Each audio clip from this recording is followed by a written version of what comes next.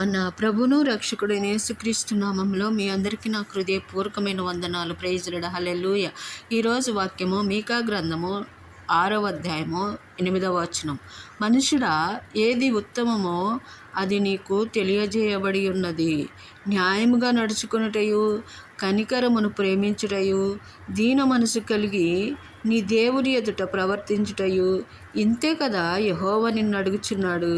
అవును ప్రభువా, అంతకంటే సులువైన మార్గాన్ని మాకు ఇచ్చి ఉన్నారు. దేవా, మీకు వందనాలని దేవునికి నిత్యం కృతజ్ఞతాస్థుతులు చెల్లిస్తూ ఆయన కృపలో ముందుకు సాగాలి తప్ప ఈ లోకం అనే ప్రయాసలో వ్యర్థమైన చీకటి కార్యాల్లో నలిగిపోతూ దేవుడిచ్చే కృపను మనం ఎంత ఉన్నతమైన కృపను మనం పోగొట్టుకుంటున్నామో ఒక్కసారి ఆలోచించుకొని ఈ సులువైన మార్గాన్ని మనం ఎంచుకొని దేవుని ఎదుట మనం నిష్కళంకులుగా, నిర్దోషులుగా ఆయన ఎదుట మనం నిలిచి ఉండి ఆయన మాట వింటూ ఆయన సులువైన మార్గాన్ని మనం ఎంచుకొని మన భారమంతా ఆయన మీద మోపి ఆయన సులువైన కాడిని మనం మోసుకుంటూ ఆయన కృపలో మనం ముందుకు సాగుదుముగాక. ప్రైజ్లార్డ్. హల్లెలూయా.